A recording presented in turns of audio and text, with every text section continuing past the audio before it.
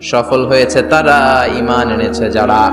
আবার কোথাও বলেছেন কদ আফলাহা মান যাক্কাহা ওয়া কদ খাবা মান দাসসাহা, নিজের আত্মাকে পরিশুদ্ধ করেছে যারা, সফল হয়েছে তারা। আবার সূরা হাশরের 20 নম্বর আয়াতে আল্লাহ বললেন জান্নাতে ঢুকতে পেরেছে যারা, সফল হয়েছে তারা। জান্নাতে ঢুকতে কোন রকম ঢুকতে পারলেই সফল। এটাই তো আমরা চাই। আমরা কি চাই? জান্নাত চাই। চিল্লায় বলেন কি চাই? মালিক তুমি জান্নাতে, তোমার পাশে আমায় একটি ঘর বানিয়ে দিও, একটি ঘর বানিয়ে দিও, সে বিভীষিকাময় মহাদিনে তোমার প্রতিবেশী করে নিও। মালিক তুমি জান্নাতে, তোমার পাশে আমায় একটি ঘর বানিয়ে দিও, একটি ঘর বানিয়ে দিও। পড়েন আমিন। এজন্য আলটিমেট সাকসেস যদি অর্জন করতে চাই আমাদেরকে জান্নাতি হতে হবে, আমাদেরকে বুদ্ধিমান হতে হবে, যোগ বিয়োগ দিয়ে হিসাব কষে আমাদের পা ফেলতে হবে। মুমিনরা বোকা হয় না, মুমিনরা অথর্ব হয় না, মুমিনরা তাওয়াক্কুল করে কার উপর? আর মুমিনদের টার্গেট হলো জান্নাত। মুমিনদের টার্গেট কি? আবার অন্য আয়াতে আল্লাহ বললেন ফামান যুহজিহা আনিন নারি ওয়া উদখিলাল জান্নাতা ফাকাদ ফাজ ওয়া মাল হায়াতুদ দুনিয়া ইল্লা মাতাউল গুরুর। জাহান্নাম থেকে যারা বের হওয়ার সার্টিফিকেট পেল, জাহান্নাম থেকে যারা মুক্তি পেল আর জান্নাতে ঢোকার গ্যারান্টি যারা পেল, তারাই হলো আসল সফল। সুবহানাল্লাহ পড়েন। তাহলে সফলতার মানদণ্ড সূরা হাশরের 20 আয়াত থেকে বোঝা গেল জান্নাতে যারা ঢুকতে পারবে এরাই সফল। ঢুকতে চাই তো আমরা? এত আস্তে ইনশাআল্লাহ সবাই জান্নাতে ঢুকতে চাই তো ইনশাআল্লাহ? আল্লাহ বললেন ফারিকুন ফিল জান্নাহ ওয়া ফারিকুন ফিস সাঈর। সবাই কিন্তু জান্নাতে ঢুকবে না, কারণ জাহান্নামও আছে না নাই? ওইটাতেও কিছু ঢুকার দরকার আছে না নাই? কিন্তু আমরা ঢুকতে রাজি না। আজকে যারা আসছে আমরা সবাই কই ঢুকতে চাই? কথা কোন? জান্নাতে ঢুকতে চাই। তো জান্নাতে ঢোকার জন্য কিছু আমলের দরকার আছে না নাই? কোরআন মানার দরকার আছে না নাই? আল্লাহর দেয়া বিধানগুলো জীবনে, সমাজে, ফ্যামিলিতে বাস্তবায়নের দরকার আছে না নাই? আল্লাহর দেয়া সবগুলো বিধান মেনে আমরা যেন জান্নাতের অধিবাসী হতে পারি, আল্লাহ তৌফিক দাও। আল্লাহ জান্নাতে তোমার পাশে আমাদের জন্য ঘর বানিয়ে দিও। আর জোরে পড়েন আমিন।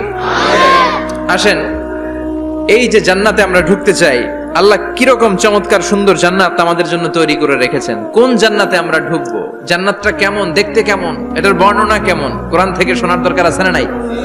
শুনবেন? শুনবেন? কষ্ট হচ্ছে না তো? আসুন আমরা শুনি আল্লাহ তাআলা জান্নাতের ভেতরে আমাদের জন্য কি নাজ নেয়ামত তৈরি করে রেখেছেন। আমরা মহাবিশ্বের মহাবিশ্বয় মহাগ্রন্থ আল কোরআন থেকে ধারাবাহিকভাবে আজকে শুনবো ইনশাআল্লাহ। পড়েন। রব্বুল আলামিন বলেন ফালা তা'লামু নাফসুম মা উখফিয়া লাহুম মিন কুররাতি আ'য়ুন জাযাআম বিমা কানু ইয়া'মালুন।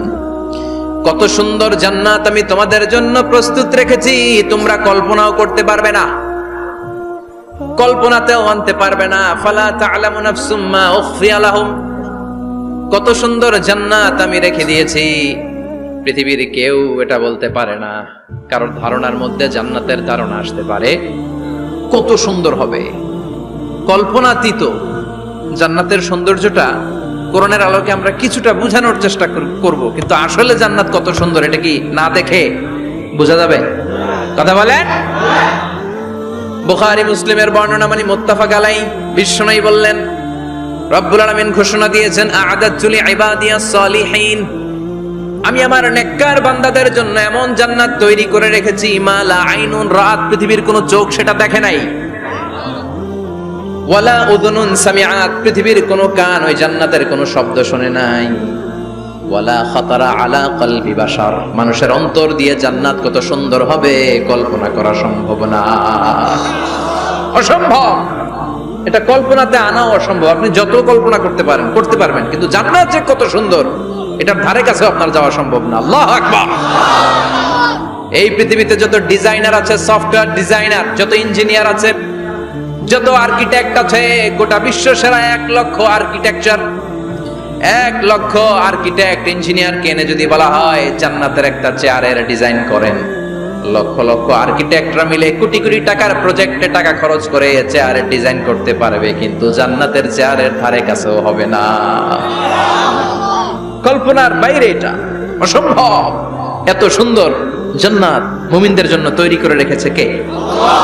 ওই জান্নাতে আমরা যেতে চাই। চাই তো? সবাই চান? ঢুকতে চান? ঢুকবেন এখনই? কয় এখনই? মরা লাগবে, ইমানের সাথে মরা লাগবে। মরার আগে জান্নাতে ঢোকা সম্ভব না। আমরা জান্নাতে ঢুকবো, জান্নাতের ভেতরে আমরা ঢুকতে চাই। শপিং মলে যখন আমরা ঢুকতে চাই কোন দিক দিয়ে ঢোকা লাগে? দরজা দিয়ে না, গেট দিয়ে। তা আমরাও জান্নাতের গেট দিয়েই তো ঢুকবো নাকি? নাকি মিস্টার বিনের মতো ধপাস করে পড়বো উপর থেকে? মিস্টার বিন পড়ে না উপর থেকে? কোত্থেকে যেন ধপাস করে পড়ে। তা আমরা কিন্তু ধপাস করে উপর থেকে জান্নাতে পড়বো না। আমরা জান্নাতের কোন না কোনো গেট দিয়ে ঢুকতে হবে। বিশ্বনবী ফরমান, বুখারীর বর্ণনা, ইন্নালিল জান্নাতি সামানিয়াতু আবওয়াব, জান্নাতের ভেতরে 8টা দরজা আছে। কয়টা? বিশ্বনবী একবার সাহাবাদেরকে নিয়ে ওয়াজ করছেন, বলছেন তোমাদের মধ্যে এমন একজন ব্যক্তি আছে, এই ব্যক্তির আমলগুলো আল্লাহর কাছে এমন ভাবে কবুল হয়েছে, আল্লাহর কাছে ওই ব্যক্তি এতটাই সেরা, জান্নাতের 8টা দরজা কিয়ামতের দিন এই লোকটাকে ডাকতে থাকবে।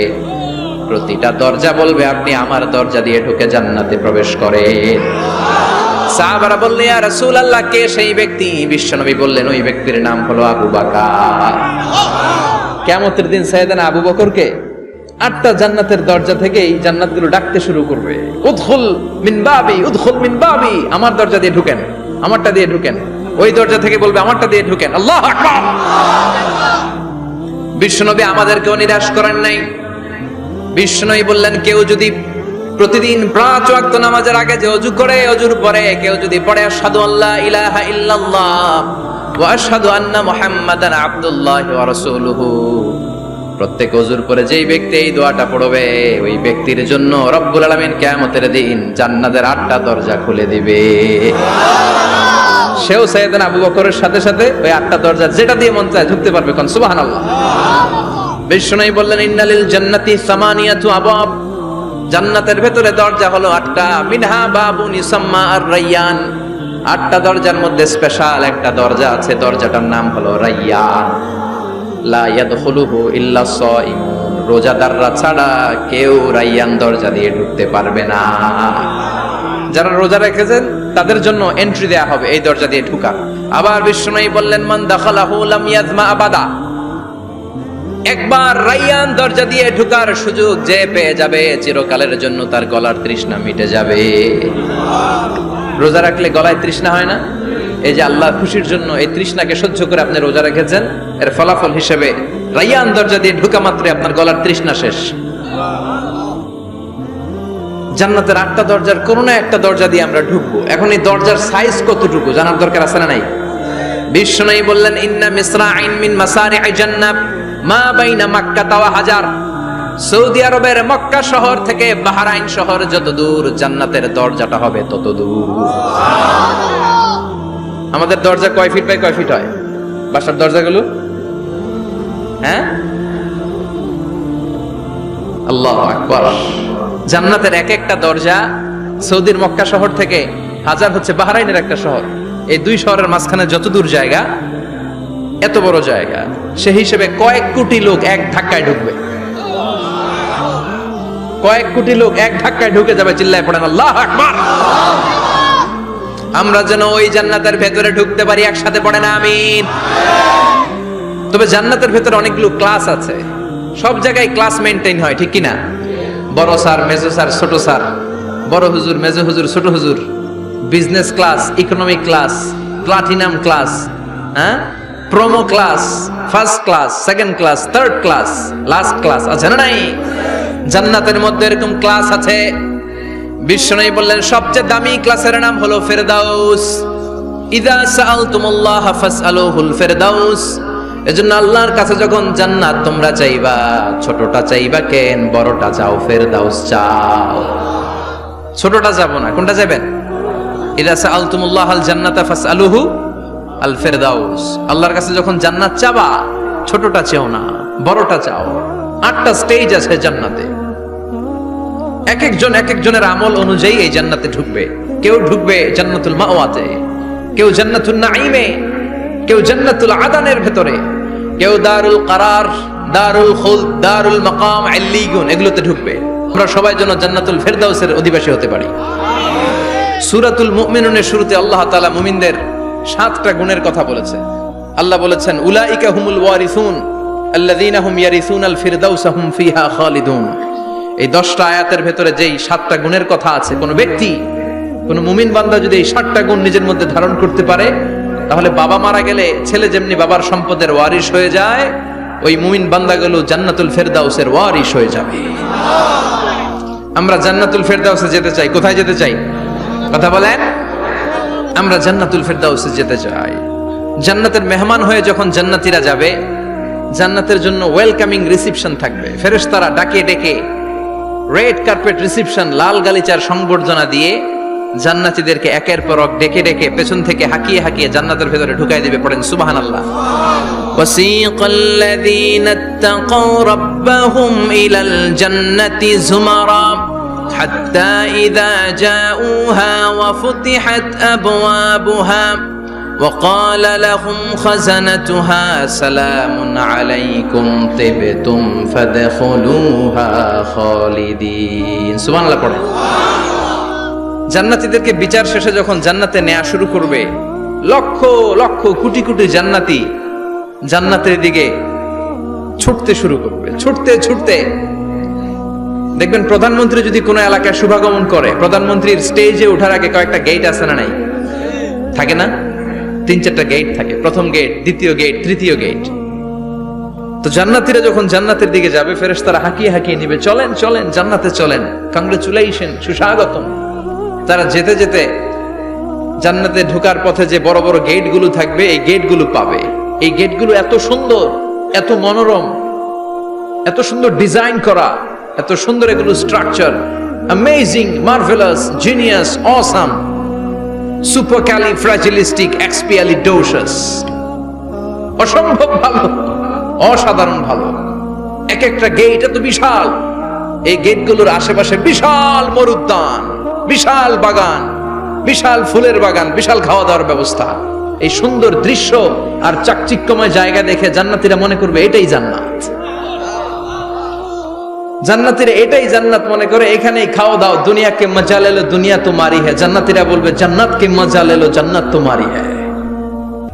জান্নাতীরা বসে ওখানেই খাওয়া দাও শুরু করে দেবে। ফেরেশতারা বলবে এটা না, দিল্লি কা লাট্টু হ্যায়, দিল্লি বহুত দূর হ্যায়। দিল্লির লাট্টু খাইতে শখ জাগছে, লাট্টু তো এই জায়গায় না, দিল্লি অনেক দূর, ওইখানে গেলে লাট্টু মিলবে, ঠিক কি না? ফেরেশতারা বলবে এটা জান্নাত না, এটা তো জান্নাতের গেট। গেট দেখে পাগল হলেন কেন? এদিকে বেশি খাওয়া দাওয়ার দরকার নাই, জান্নাত অনেক দূরে। দিল্লি কা লাট্টু হ্যায়, দিল্লি বহুত দূর হ্যায়। চলেন চলেন চলেন। জান্নাতেরই কয় এর চেয়ে সুন্দর, এর চেয়ে সুন্দর জান্নাত ইজ ওয়েটিং ফর আস। এর চেয়ে সুন্দর জান্নাত অপেক্ষা করছে, চলো চলো সেটাতে ঢুকবো। আবার ফেরেশতারা পেছন থেকে হাঁকাতে থাকবে, চলেন চলেন। আবার অনেক লম্বা একটা পথ পাড়ি দেওয়ার পরে দ্বিতীয় গেট। দ্বিতীয় গেট প্রথম গেটের চেয়ে অনেক সুন্দর। ওইটার ডিজাইন, ওইটার কারুকার্য, ওইটার মনোরম পরিবেশ আরো মনোমুগ্ধকর, অসাধারণ। জান্নাতীরা ফেরেশতাদেরকে আর কিছু জিজ্ঞেস না করে ওইখানেও খাওয়া দাওয়া শুরু।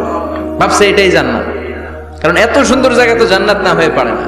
ফেরেশতারা আবার বলবে জান্নাত অনেক দূরে, এটা জান্নাত নয়, এটা তো গেট, ওয়েলকামিং রিসেপশন গেট। জান্নাত অনেক দূরে। জান্নাতীরা আবার ছুটতে শুরু করবে। ছুটতে ছুটতে 3 নাম্বার গেট যে কত বড়, কল্পনার বাইরে। এটা জান্নাতের একেবারে কাছাকাছি। ওই জায়গার সৌন্দর্য, নাজ নেয়ামত দেখে জান্নাতীরা 100% নিশ্চিত হয়ে যাবে যে এটা জান্নাত না হয়ে পারে না। এটা জান্নাত, কোনো কথা নাই। জান্নাতকে মজা লেলো, জান্নাত তোমারই হ্যায়। মজমাস্তি শুরু করে দাও, খাওয়া দাওয়া শুরু করো।